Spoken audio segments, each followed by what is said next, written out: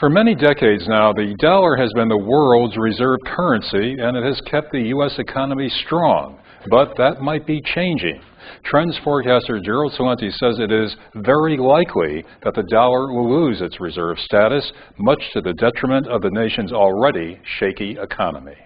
Because you see, the dollar is a reserve currency primarily after it was taken off the gold standard finally. It had a little peg to it back in 1971. But the deal that was struck was that the Saudis would sell oil in petrodollars. So the dollar remained the reserve currency. And back then, of course, there was no China, no Russia, in the world marketplace. So the United States still had that power. But now what's going on is that they're devaluing the dollar through the quantitative easing.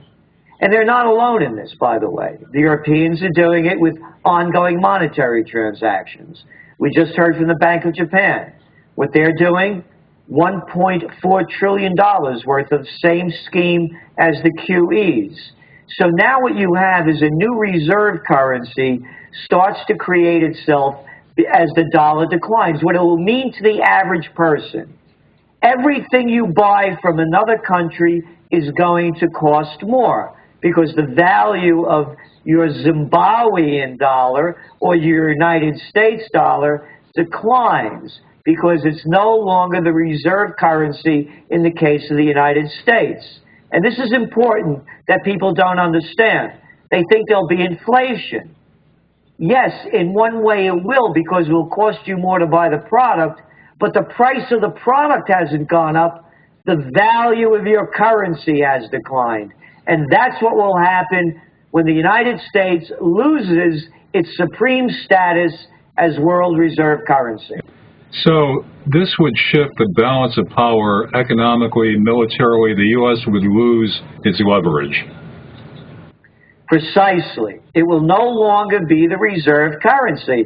It will have competition. And you're seeing it again, not only in an alliance between China, Russia, and Iran.